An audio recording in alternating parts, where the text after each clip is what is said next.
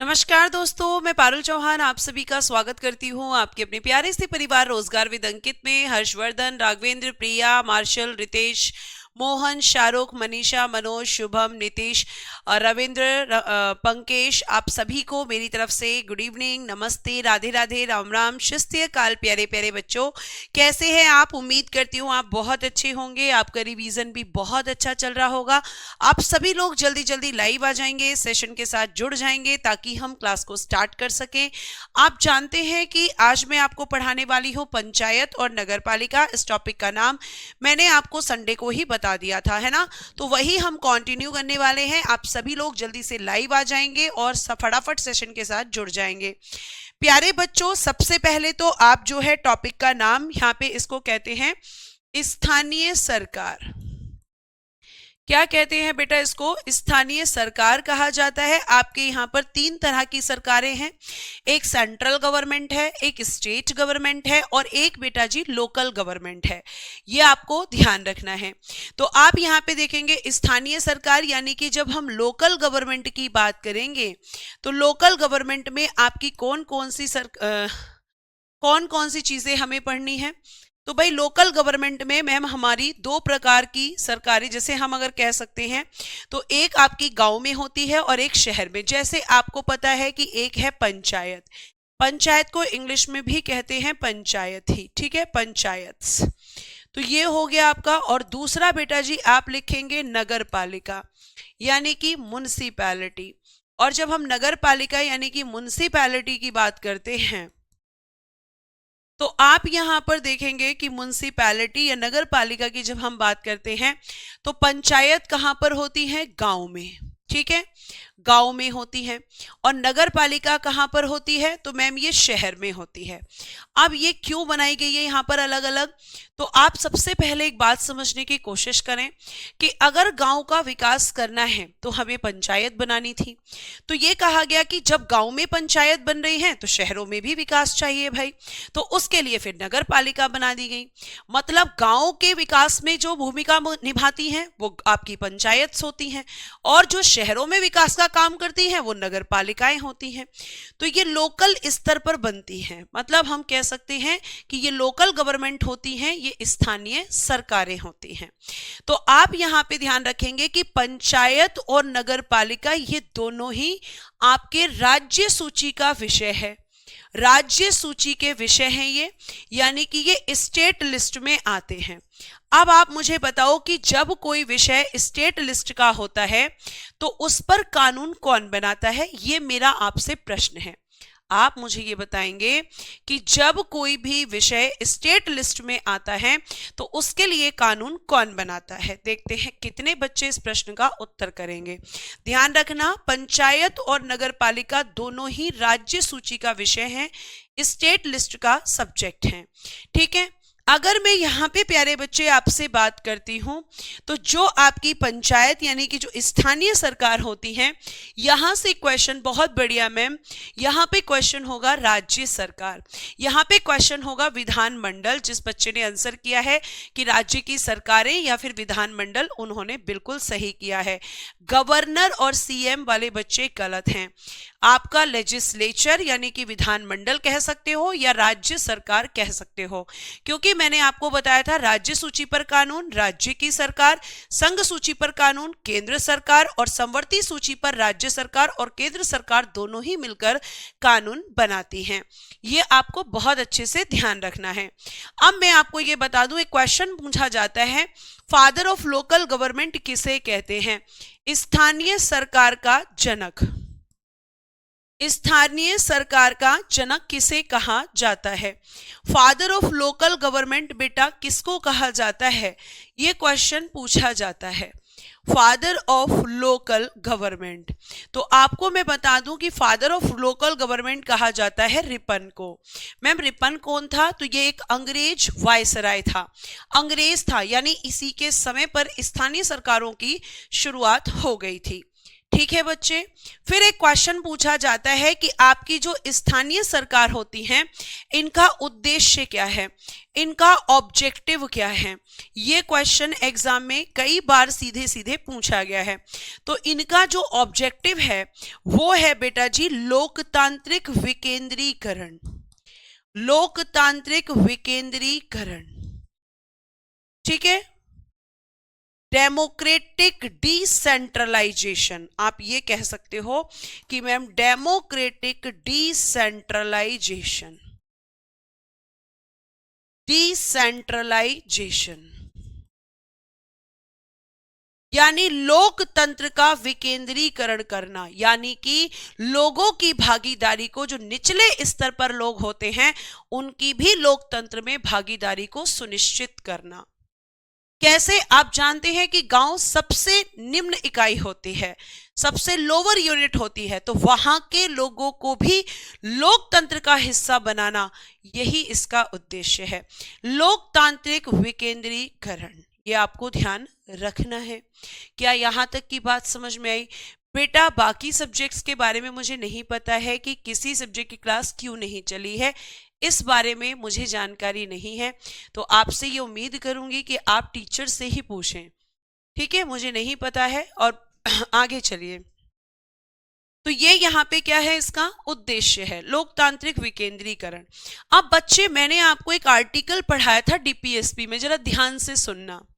ठीक है, मैंने आपको एक आर्टिकल पढ़ाया था डीपीएसपी में, आर्टिकल नंबर 40, और उसमें मैंने आपको बताया था कि राज्य की, मतलब वहां पे निर्देश दिया गया है, डायरेक्शंस दिए गए सरकारों को।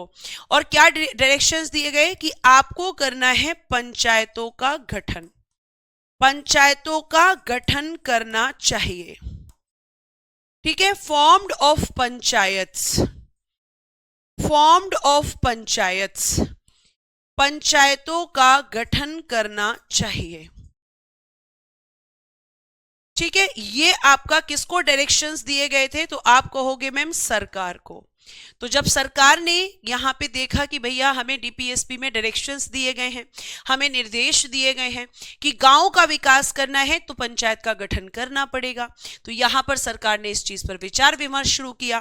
और जब सरकार ने विचार विमर्श शुरू किया तो भाई उसने समितियां बनानी शुरू करी, और समितियां बनानी शुरू करी तो उसमें सबसे पहली समिति उसने बनाई थी बलवंत राय मेहता समिति। ये क्वेश्चन डायरेक्ट पूछा जाता है कि आपकी पंचायतों का शिल्पी किसे कहते हैं, तो वो आपके बलवंत राय मेहता समिति को कहते हैं। तो आप ध्यान से सुनेंगे, यहां से अब मैं जब आगे बढ़ रही हूं तो आप यहां पे ध्यान से सुनेंगे कि भैया सबसे पहले सरकार ने ये विचार करने के लिए पंचायतों का गठन किस तरीके से करना चाहिए, उसके लिए बनाई थी बलवंत राय मेहता समिति, बलवंत राय मेहता समिति। और बेटा जी आपको मैं बता दूं, समिति को इंग्लिश में कहते हैं कमेटी। ठीक है, और इस समिति का जो गठन किया गया था, ये जो फॉर्म्ड की गई थी, ये की गई थी 1957 में। 1957 में इसका गठन हुआ था। और इस समिति के अध्यक्ष कौन थे, चेयरमैन कौन थे, तो बेटा जी आप कहेंगे कि मैम बलवंत राय मेहता जी थे, इसीलिए इस कमेटी का नाम बलवंत राय मेहता रखा गया था।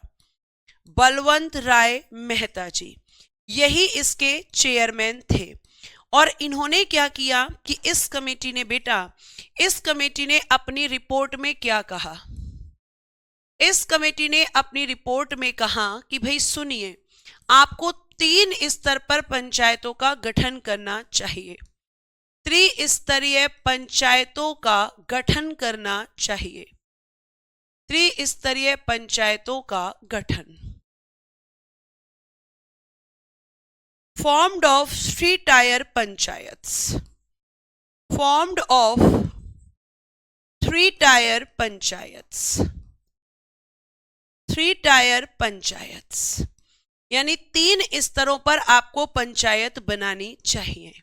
ये किसने कहा, बलवंत राय मेहता समिति ने अपनी रिपोर्ट में कहा कि भैया आपको क्या करना चाहिए, आपको पंचायतों का गठन करना चाहिए। कितने स्तरों पर, 3 स्तरों पर। तो इनसे पूछा गया भैया वो 3 स्तर कौन कौन से हैं, तो सबसे पहले इन्होंने कहा कि आप जो है ग्राम स्तर यानी विलेज लेवल पर बनाओ ग्राम पंचायत।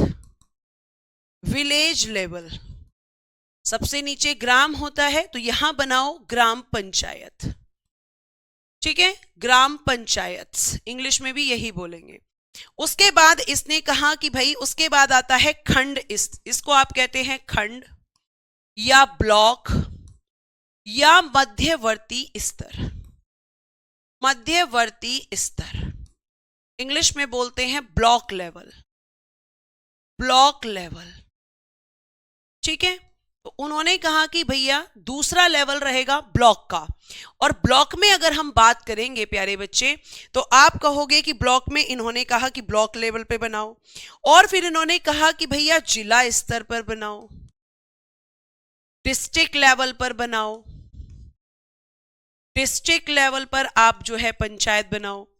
तो इन्होंने 3 स्तरों पर पंचायतों का गठन करने की बात कही। ठीक है, अब हम इसको डिटेल में क्यों पढ़ रहे हैं, क्योंकि ये सबसे इंपॉर्टेंट कमेटी है। और मैं आपको बेटा ये भी बता दूं कि जो बलवंत राय मेहता समिति है, इस समिति की ये जो बात थी इसको क्या कर लिया गया, एक्सेप्टेड। आप कहेंगे कि मैम इसको सरकार ने स्वीकार कर लिया। सरकार ने कहा कि हम आपकी रिपोर्ट से सहमत हैं और हम इस रिपोर्ट को एक्सेप्ट करते हैं। और सरकार ने जब इस रिपोर्ट को एक्सेप्ट किया तो उसके बाद आप लिखेंगे पंचायत की शुरुआत, पंचायत की शुरुआत 2 अक्टूबर 1959 को राजस्थान के नागौर जिले, राजस्थान के नागौर जिले में बगदरी गांव, गांव कौन सा था, बगदरी,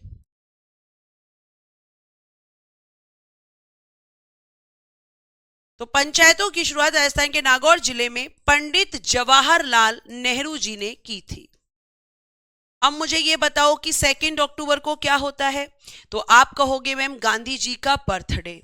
तो गांधी जी का ही ये विचार था कि गांवों के विकास के लिए पंचायतों का होना जरूरी है। तो पंचायत की शुरुआत 2 अक्टूबर 1959 को राजस्थान के नागौर जिले के बगदरी गांव से किसने की थी, पंडित जवाहरलाल नेहरू जी ने की। तो ये क्वेश्चन पूछा जाता है, ठीक है, ये आप ध्यान रखेंगे। क्वेश्चन यहां से क्या क्या बनेगा, किसने पंचायतों को 3 स्तर पर गठित करने की बात की, तो बलवंत राय मेहता समिति जी ने, बलवंत राय मेहता जी ने। ठीक है, कौन से 3 स्तर थे, मैम ग्राम स्तर, मैम ब्लॉक स्तर, मैम आपका डिस्ट्रिक्ट लेवल यानी जिला स्तर।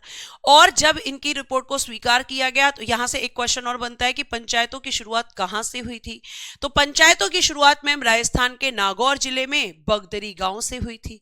कब हुई थी, 2 अक्टूबर को। किसने की थी, तो आप कहोगे पंडित जवाहरलाल नेहरू जी ने।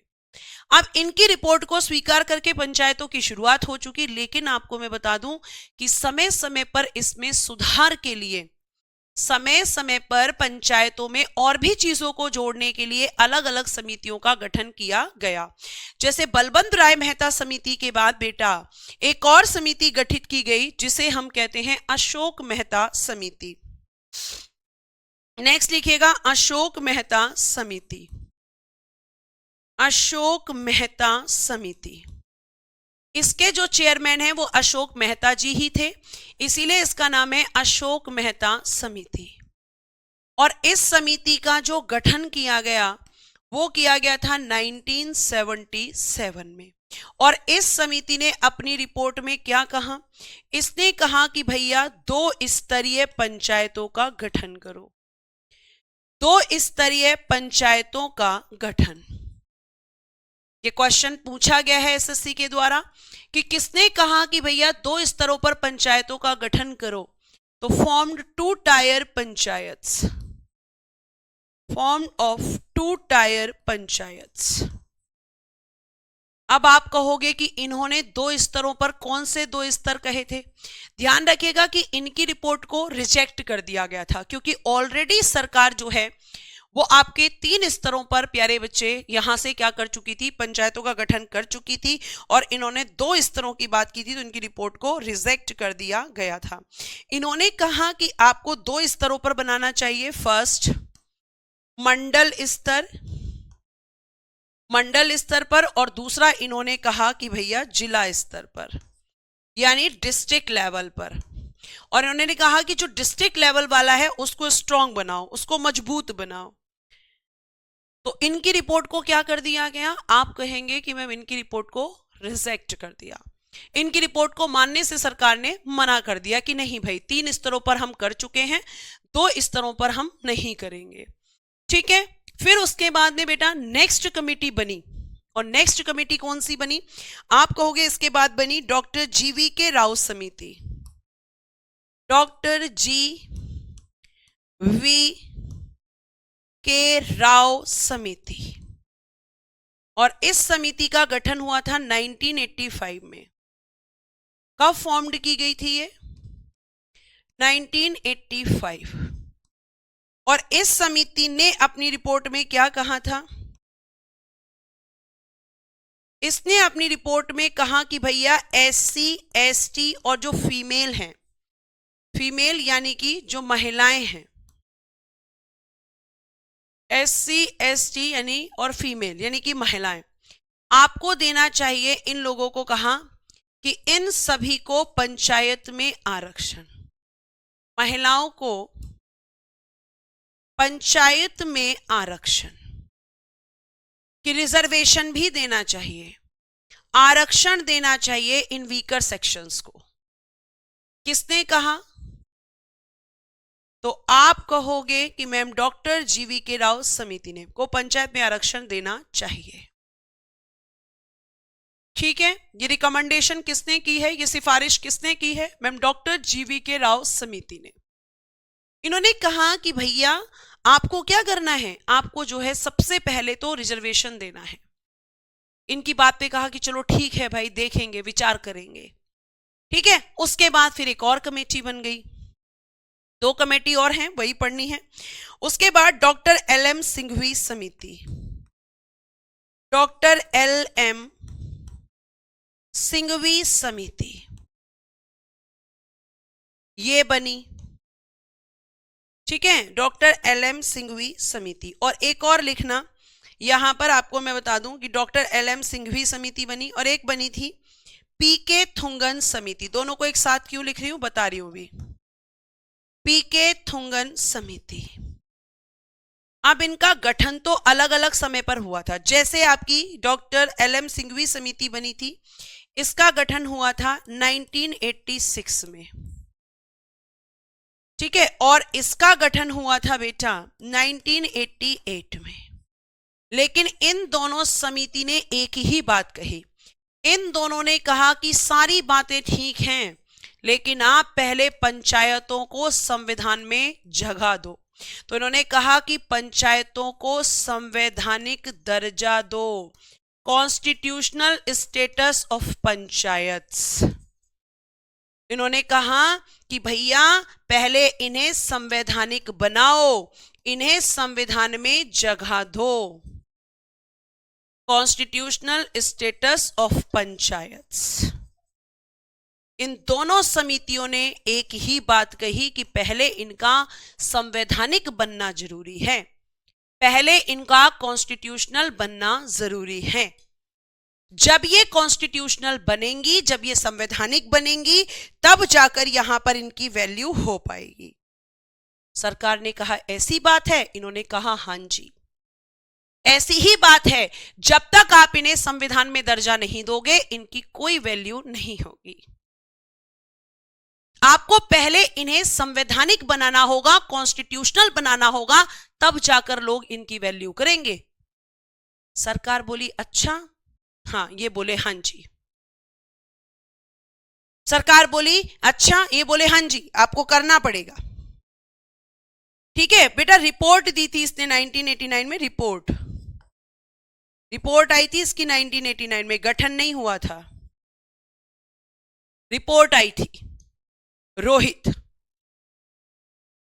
ठीक है, अब यहां पे सरकार विचार करने लगी कि भाई अगर इसका मतलब जब तक हम पंचायतों को और नगर पालिकाओं को संवैधानिक दर्जा नहीं देंगे तो उनकी कोई वैल्यू नहीं है। तो इन्होंने कहा, समिति ने, बिल्कुल आपको कॉन्स्टिट्यूशन में जगह देनी है पहले। ठीक है, तो अब देखो यहां पर अगर मैं आपसे बात करती हूं तो आप देखेंगे यहां पर कि अब चर्चा शुरू होगी संवैधानिक दर्जा पर। तो आपको मैं बता दूं इसके लिए क्या किया जाएगा, एक लाया जाएगा 73वां संविधान संशोधन विधेयक। संविधान संशोधन विधेयक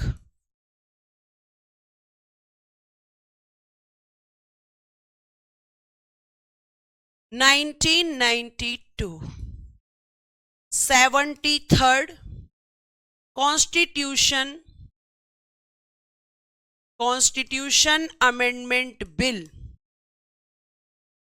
कॉन्स्टिट्यूशन अमेंडमेंट बिल 1992 ये लाया जाएगा। और ये जब लाया जाएगा, इस समय आपके देश के प्रधानमंत्री हैं पीवी नरसिम्हा राव। पीवी नरसिम्हा राव ये आपके देश के इस समय प्रधानमंत्री हैं। जब प्यारे बच्चे आपको ध्यान रखना है कि जब आपके पीएम पीवी नरसिम्हा राव हैं तब इनको कॉन्स्टिट्यूशनल स्टेटस देने के लिए एफर्ट्स लगाए जाएंगे, प्रयास किया जाएगा। तो आप यहां पे ये चीज बहुत अच्छे से ध्यान रखेंगे कि जब ये बिल आया तो आपको पता है कि कोई भी बिल जब आता है तो वो लोकसभा से पास होता है, राज्यसभा से पास होता है। 64वां संविधान संशोधन बिल तो पास ही नहीं हुआ था गौरव, उसको लेकर आए थे राजीव गांधी जी। ठीक है, उतना टफ वहां पे आपका आएगा नहीं, उस लेवल पे जाके क्वेश्चन पूछेगा नहीं। पहला प्रयास राजीव गांधी जी ने किया था लेकिन वो बिल पास ही नहीं हुआ था। ठीक है, अब यहां पे आप देखेंगे कि जब ये बिल लाया गया है तो आपको मैं बता दूं कि इस बिल को सबसे पहले लोकसभा से पास किया गया, यानी लोकसभा ने इसे पास किया, पारित किया। कब किया था तो आप कहेंगे 22 दिसंबर 1992 को ये बिल लोकसभा से पास हुआ। तो मैम इसका राज्यसभा से भी पास होना जरूरी है? जी हाँ। फिर ये राज्यसभा में गया और यहां से ये पास हुआ 23 दिसंबर 1992 को, ये पास हो गया। फिर बेटा जी किसने सिग्नेचर किए होंगे? तो मैम जाहिर सी बात है कि अभी तो ये केवल इन 2 हाउस से पास हुआ है। फिर मैम ये बिल गया सिग्नेचर के लिए। बताओ सिग्नेचर के लिए किसके पास गया होगा? हस्ताक्षर के लिए गया, सिग्नेचर के लिए गया। और सिग्नेचर कौन करेगा? तो मैम प्रेसिडेंट ऑफ इंडिया, राष्ट्रपति करेंगे। और इस समय आपके देश के राष्ट्रपति कौन थे? कोई बच्चा मुझे बता सकता है? कोई बच्चा मुझे ये बता सकता है कि इस समय आपके देश के राष्ट्रपति कौन थे? तो आप कहेंगे कि इस समय पर प्रेसिडेंट ऑफ इंडिया थे शंकर दयाल शर्मा जी। कौन थे बेटा जी? शंकर दयाल शर्मा जी। शंकर दयाल शर्मा जी। और इन्होंने क्या किया? मैम इन्होंने, शंकर दयाल शर्मा जी ने इस बिल को किया साइन, यानी सिग्नेचर किया। लेकिन कब? तो सिग्नेचर इन्होंने किया 20 अप्रैल 1993 यानी 1993 को। और जैसे ही इन्होंने सिग्नेचर किया तो ये क्या बन गया? ये मैम एक्ट बन गया, ये अधिनियम बन गया, ये कानून बन गया। ठीक है, एक्ट को क्या कहते हैं? अधिनियम। कानून बन गया, क्योंकि मैंने आपको बताया था आफ्टर सिग्नेचर ऑफ प्रेसिडेंट ही कोई बिल एक्ट बनता है। और जब इन्होंने सिग्नेचर किया उसके बाद बेटा 24 अप्रैल 1993 क्या हो गया? यह अधिनियम लागू हो गया। दिस एक्ट एग्जीक्यूट, यह अधिनियम क्या हो गया? लागू, यानी कि एग्जीक्यूट। और जैसे ही ये एग्जीक्यूट हुआ आपकी पंचायतों को संविधान में दर्जा मिल गया, आपकी पंचायतों को कॉन्स्टिट्यूशनल स्टेटस मिल गया। और बेटा जब कॉन्स्टिट्यूशनल स्टेटस मिला ठीक है, जब कॉन्स्टिट्यूशनल स्टेटस मिला तो आपकी जो पंचायत हैं वो आपके कॉन्स्टिट्यूशन के पार्ट या भाग 9 में उनको जगह दी गई, भाग 9 में। ठीक है, आर्टिकल बच्चे 243 से लेकर 243 का कैपिटल ओ, ये जीरो नहीं है, कैपिटल ओ। कैपिटल क्यों मैम? क्योंकि बाय द अमेंडमेंट ऐड किया गया है, क्योंकि मैम संविधान संशोधन के द्वारा इसको जोड़ा गया है। तो संविधान के भाग 9 में आर्टिकल 243 से लेकर आर्टिकल 243 के ओ तक इनको यहां पर जो है आपका जो है जगह दी गई। और आपको मैंने पढ़ाया है कि पंचायत के लिए आपके संविधान में 11वीं अनुसूची है, 11वीं अनुसूची को भी जोड़ा गया, यानी कि 11th शेड्यूल। और इसमें पंचायतों के लिए 29 विषय रखे गए हैं, 29 सब्जेक्ट्स रखे गए हैं। तो इस तरीके से आपकी पंचायतें संवैधानिक बन गई। उस समय पीएम कौन था? ऊपर देखो जरा, लिखा हुआ है, ध्यान से देखोगे तभी होगा ना बेटा।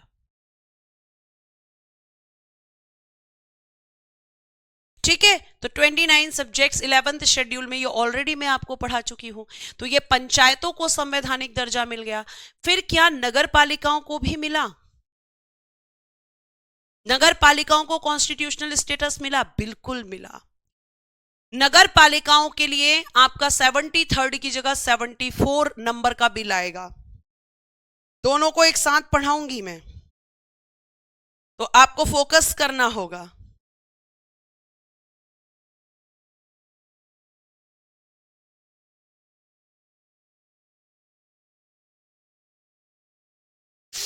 ठीक है, फोकस करना होगा। तो अगर मैं आपसे यहां पे बात करूं नगर पालिका को लेकर, नगर पालिका को लेकर अगर हम बात करें, क्योंकि पंचायत तो हमने पढ़ लिया कि इसको कॉन्स्टिट्यूशनल स्टेटस मिला, हम नगर पालिका यानी जो म्युनिसिपैलिटी है, क्या इनको कॉन्स्टिट्यूशनल स्टेटस मिला? बिल्कुल मिला। इनको भी संविधान में जगह मिली और इसके लिए आया 74वां संविधान संशोधन विधेयक, 74वां संविधान संशोधन विधेयक।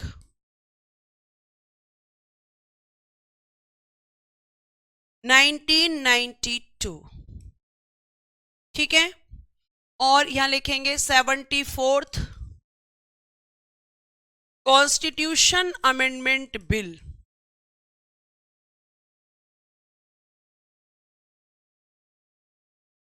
(1992). इसके लिए ये जो बिल है, यहां पे पीएम कौन थे? Same PV Narasimha Rao, same थे आपके पीएम। ठीक है, अब ये बिल भी आपका पहले लोकसभा से पास हुआ, फिर बेटा जी राज्यसभा से पास हुआ, इन दोनों से पास हुआ। यहां से सेम डेट 22 दिसंबर 1992। यहां से भी पंचायत का जिस दिन पास हुआ, सेम म्युनिसिपैलिटी का 23 दिसंबर 1992। फिर गया ये सिग्नेचर के लिए, सिग्नेचर किसके पास? प्रेसिडेंट के पास। कौन थे? डॉक्टर शंकर दयाल शर्मा, डॉक्टर शंकर दयाल शर्मा जी ये थे। ठीक है, इन्होंने इस बिल को भी साइन कर दिया। ठीक है, अगर हम बात करते हैं तो आप देखेंगे कि यहां पर जब ये सिग्नेचर होने के लिए गया तो इस पर भी सेम डे साइन किया गया। और साइन किस दिन किया गया? तो मैम इन्होंने साइन किया 20 अप्रैल 1993 को। और उसके बाद बेटा ये आपका एग्जीक्यूट हुआ, लागू हुआ 1 जून 1993, 1 जून 1993। और इनको फिर आपके संविधान के पार्ट या भाग 9 के ए में रखा गया। और बेटा जी आर्टिकल 243 के पी से लेकर 243 के जेड जी तक, ठीक है। और इसके लिए 12th शेड्यूल यानी 12वीं अनुसूची आपके संविधान में जोड़ी गई थी, और इस शेड्यूल में 18 सब्जेक्ट्स 18 विषय रखे गए हैं। तो इस तरीके से आपकी पंचायत और म्युनिसिपैलिटी दोनों ही कॉन्स्टिट्यूशनल बन गई थी, दोनों ही बन गई थी। कुछ बच्चे तो ऐसे हवा में रहते हैं कि मैम बस इतना ही पढ़ना है, जैसे मैंने ये बोल दिया हो कि भैया तुम्हारा सिलेबस खत्म, अब तुम्हें पढ़ने की कोई जरूरत नहीं है। अभी नहीं खत्म हुआ है, अभी तो ये चलेगा, अभी तो मैं कॉन्स्टिट्यूशनल स्टेटस बता रही हूं, फैक्ट बता रही हूं कि पंचायत के लिए कितने विषय है, म्युनिसिपैलिटी के लिए कितने विषय है, पंचायत किस पार्ट में है, म्युनिसिपैलिटी।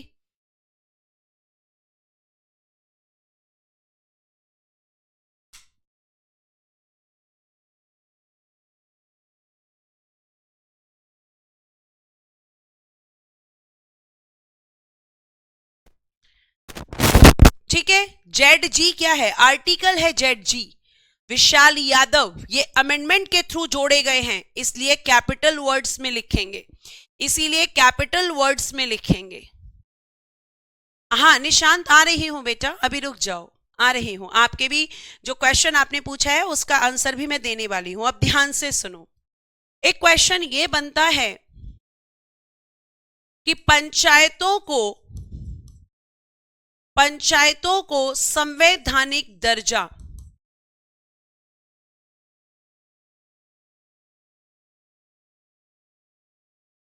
यानी कॉन्स्टिट्यूशनल स्टेटस, पंचायतों को संवैधानिक दर्जा यानी कॉन्स्टिट्यूशनल स्टेटस मिलने के बाद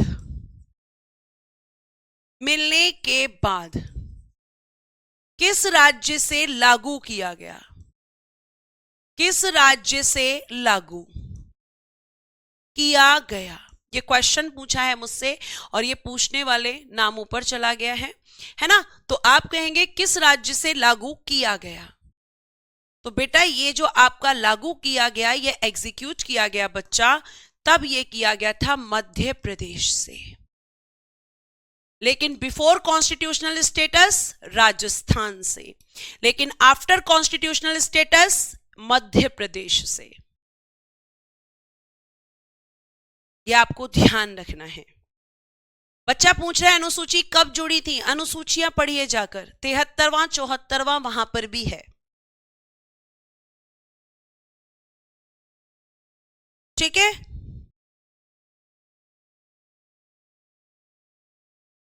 अब हम पढ़ते हैं पंचायत में,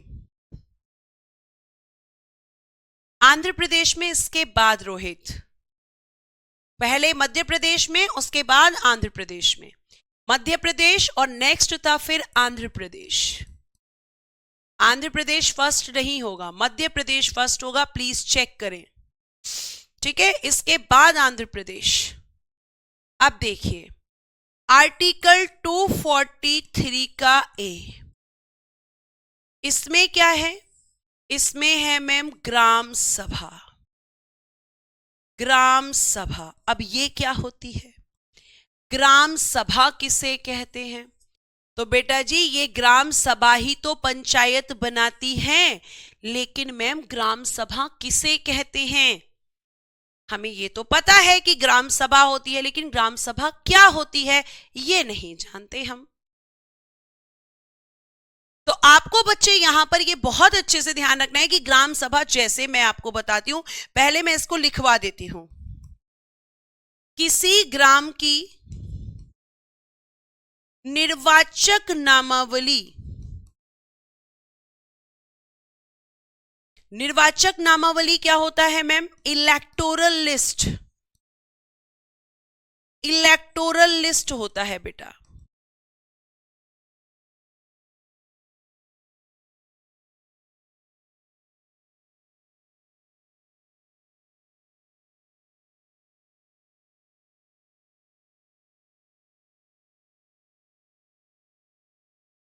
ठीक है, तो आप कहेंगे इलेक्टोरल लिस्ट,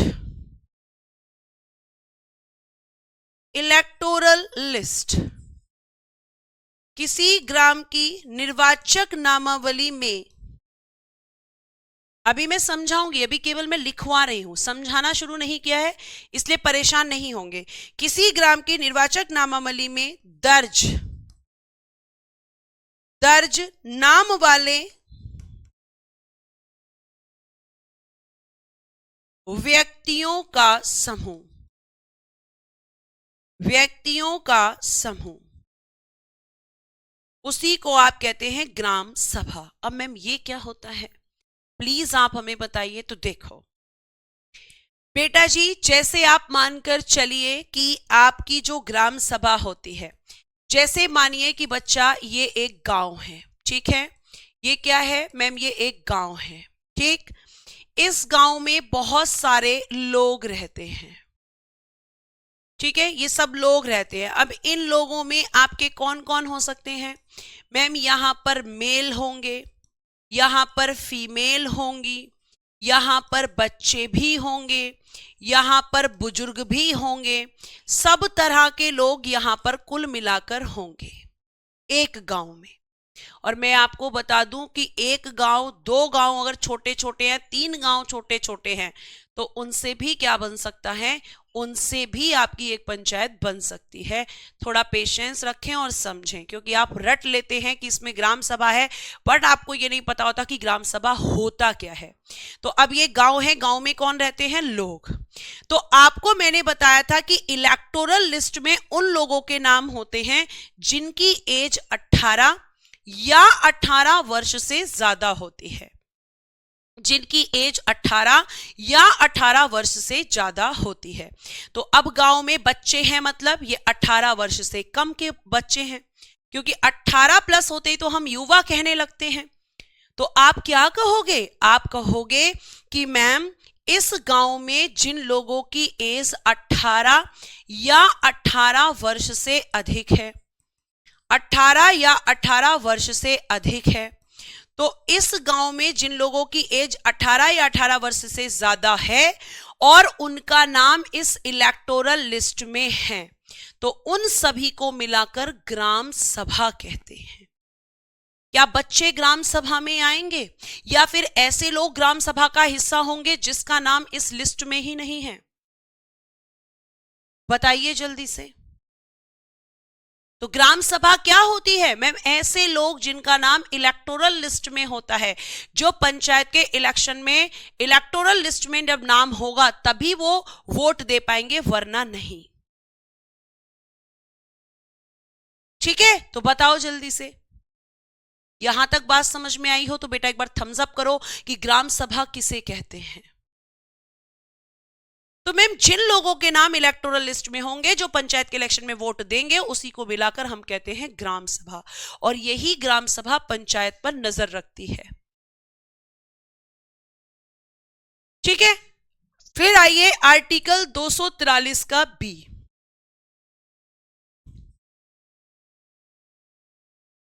टू 243 का बी, पंचायतों का गठन कैसे होता है, पंचायतें कैसे बनती हैं, कैसे इनका गठन होता है। Formed of panchayats, formed of panchayats. 18 वर्ष का होना काफी नहीं है, 18 वर्ष के साथ में आपका इस इलेक्टोरल लिस्ट में नाम होना जरूरी है। अगर नाम नहीं है तो भले ही आप 18 वर्ष के हैं या उससे ज्यादा के हैं, तब भी आप ग्राम सभा का हिस्सा नहीं है। ठीक है, अब आता है दूसरा 243 का बी, की पंचायतों का गठन।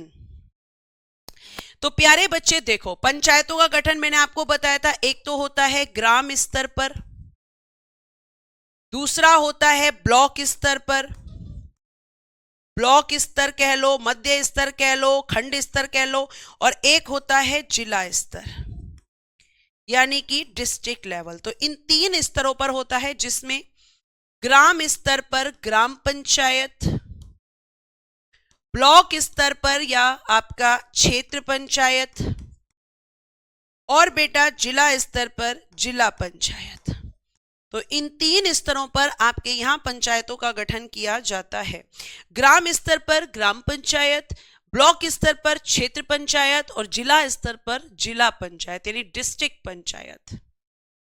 मैडम जो 18 से कम है वो ग्राम सभा में नहीं आएंगे, नहीं आ सकते अजय, क्योंकि ग्राम सभा मतलब जो पंचायत के इलेक्शन में वोट करने के लिए कैपेबल होते हैं, योग्य होते हैं, और आपको पता है कि वोटिंग एज 18 है। जो वोट कर सकते हैं वो ग्राम सभा में शामिल होते हैं, जो वोट नहीं करते वो ग्राम सभा में नहीं आते। और मैं आपको बता दूं 2 या 2 से अधिक गांव की भी एक पंचायत हो सकती है, क्योंकि छोटे छोटे जब गांव होते हैं तो उनकी मिलाकर एक पंचायत होती है। तो ये आपका 3 स्तर पर पंचायतों का गठन होता है। फिर आता है स्ट्रक्चर ऑफ पंचायत्स, पंचायतों की संरचना। स्ट्रक्चर ऑफ पंचायत, आर्टिकल 243 का सी, पंचायतों की संरचना। स्ट्रक्चर ऑफ पंचायत्स कैसा होता है?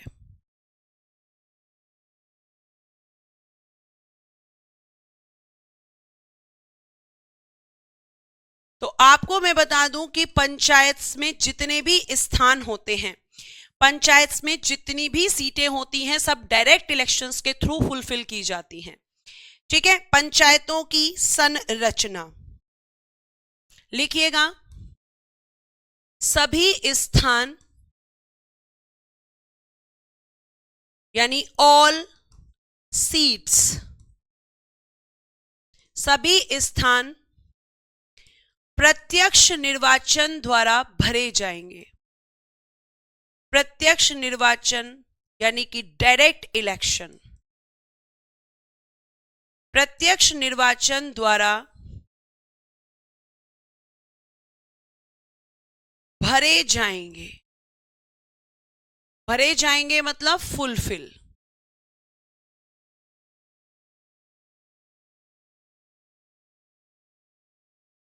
फुलफिल जितनी भी सीट्स होंगी पंचायत में, सबके कैसे इलेक्शंस होते हैं? डायरेक्ट इलेक्शन होते हैं। और आप जानते हैं कि पंचायत के इलेक्शन में भी क्या किया जाता है? वोट दिया जाता है।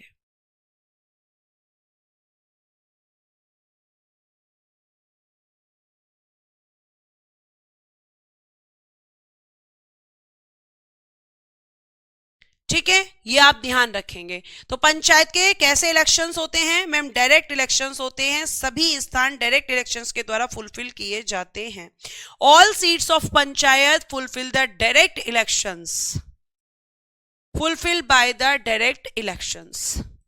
सभी स्थान कैसे भरे जाते हैं? मैम हम कहेंगे कि सभी स्थान जो भरे जाते हैं वो हमारे भरे जाते हैं डायरेक्ट इलेक्शंस के द्वारा। अब आता है आर्टिकल 243 का डी, और इसमें क्या है? तो इसमें आप कहोगे कि इसमें मैम पंचायतों में आरक्षण,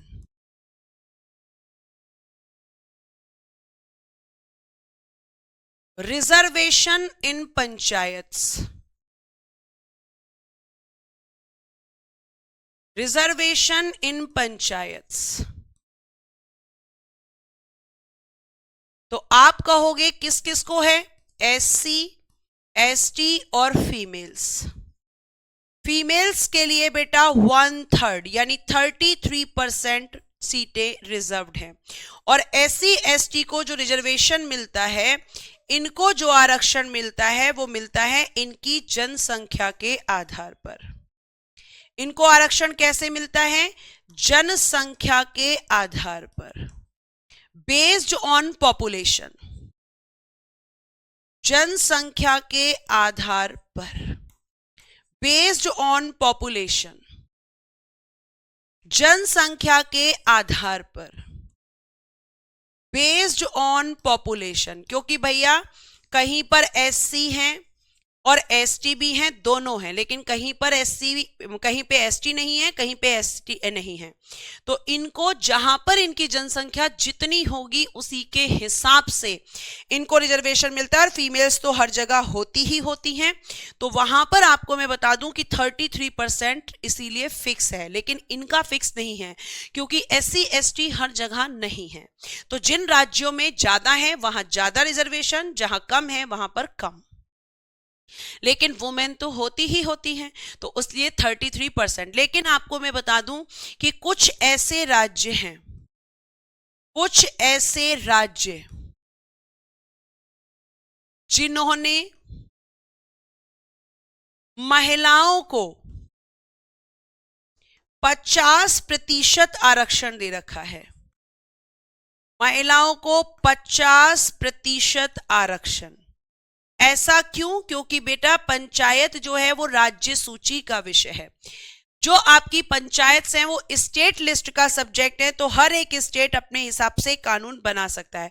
वो कौन कौन से हैं? तो एक तो बेटा जी बिहार है, एक बच्चा मध्य प्रदेश है, और एक बेटा जी उत्तराखंड है। ये 3 राज्य आपके जहां पर 50% रिजर्वेशन महिलाओं को मिलता है पंचायतों में। क्या महिलाओं और एससी एसटी को नगर पालिकाओं में भी रिजर्वेशन है? क्या यहां पर भी रिजर्वेशन मिलता है नगर पालिकाओं में? जो दोनों में कॉमन है वो एक साथ बताती चली जाऊंगी मैं।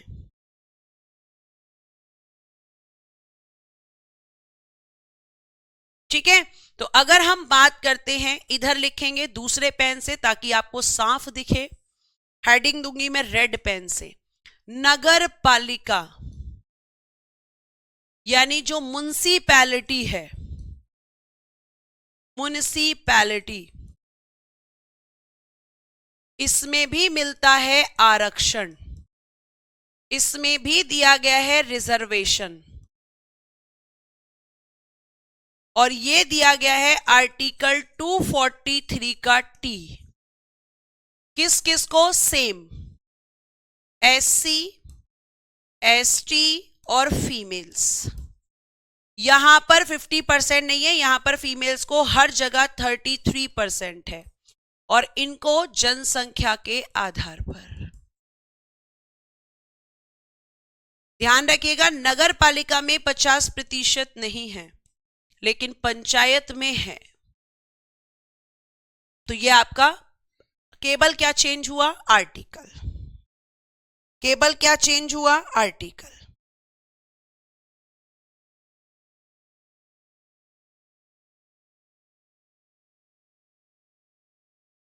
यहां तक कोई दिक्कत, कोई परेशानी? बेटा समझ आया हो तो एक बार थम्स अप करें प्यारे प्यारे बच्चे।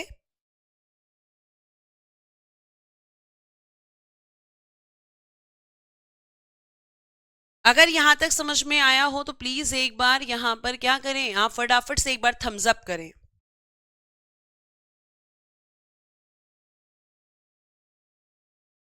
हाँ निशांत, अभी बता रही हूं, थोड़ा पेशेंस रखो बेटा, कार्यकाल भी बता रही हूं। क्लियर है? Thank you so much for response everyone. अब देखिएगा आर्टिकल 243 का ई, इसमें क्या है? इसमें है पंचायतों का कार्यकाल।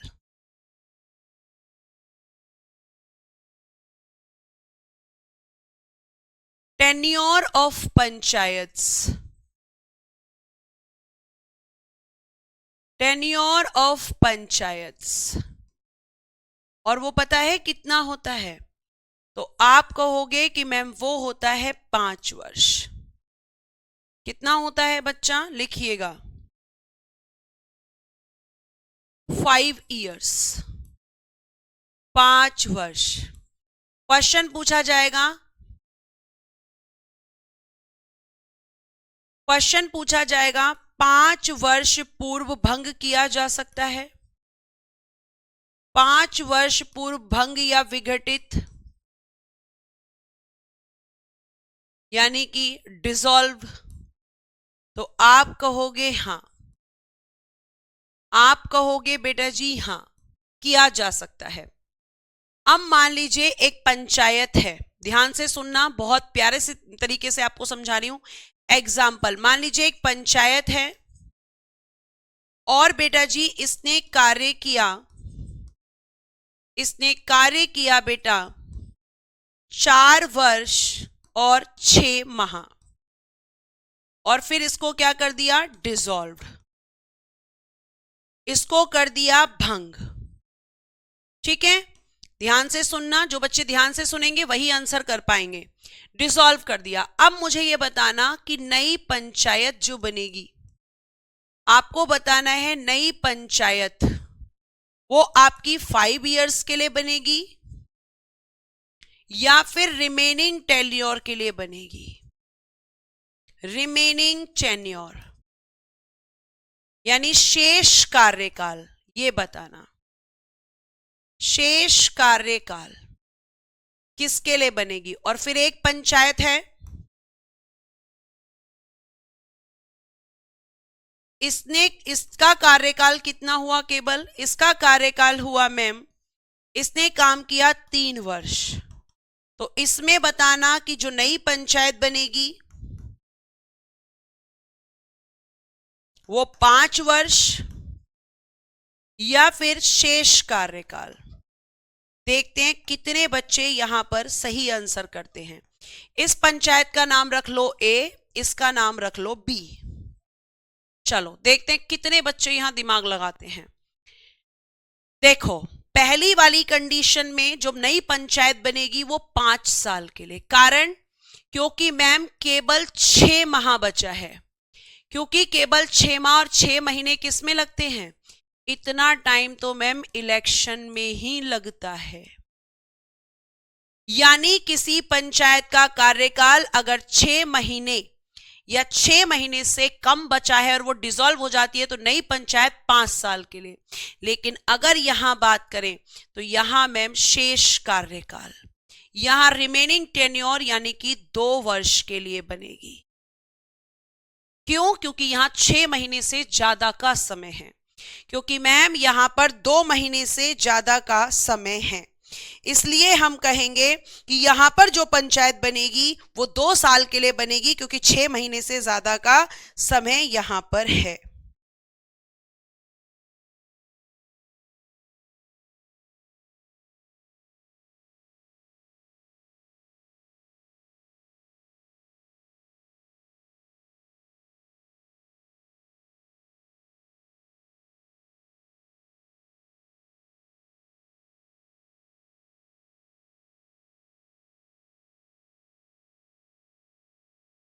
ठीक है, और यहीं पे सेम लिख देना, नगर पालिका सेम, कार्यकाल में कुछ भी चेंज नहीं होगा, सेम। यहां तक समझ में आया तो थम्स अप करें एक बार, और फिर इससे आगे मैं आगे पढ़ाऊंगी, कल पढ़ाऊंगी।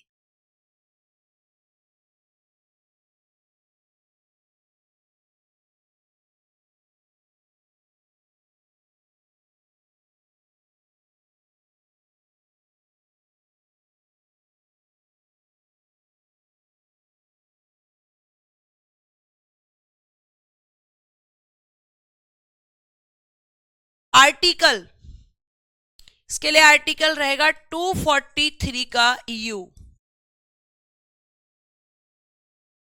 अगर कोई नगरपालिका या पंचायत 6 माह से कम समय में डिसॉल्व होती है, 6 महीने पर डिसॉल्व होती है, तो प्यारे बच्चों तब यहां पर आपका जो नई पंचायत वो 5 साल, लेकिन 6 महीने से ज्यादा का समय है तो फिर बेटा जी रिमेनिंग टेन्योर। तो नगर पालिका का सब कुछ सेम, केवल क्या चेंज होगा, आर्टिकल, यहां ई और यहां यू। ठीक है, आगे इतनी बात समझ में आ गई। ठीक है, तो कल करते हैं प्यारे बच्चे यहां पर आगे की इसकी चीजें कि भाई ये काम क्या करती हैं। ठीक है, इनके लिए क्वालिफिकेशंस क्या होती हैं, ये सब मैं आपको बताऊंगी कल। आज के लिए आपका बहुत धन्यवाद। Bye bye, take care and good day everyone. जय हिंद, जय भारत।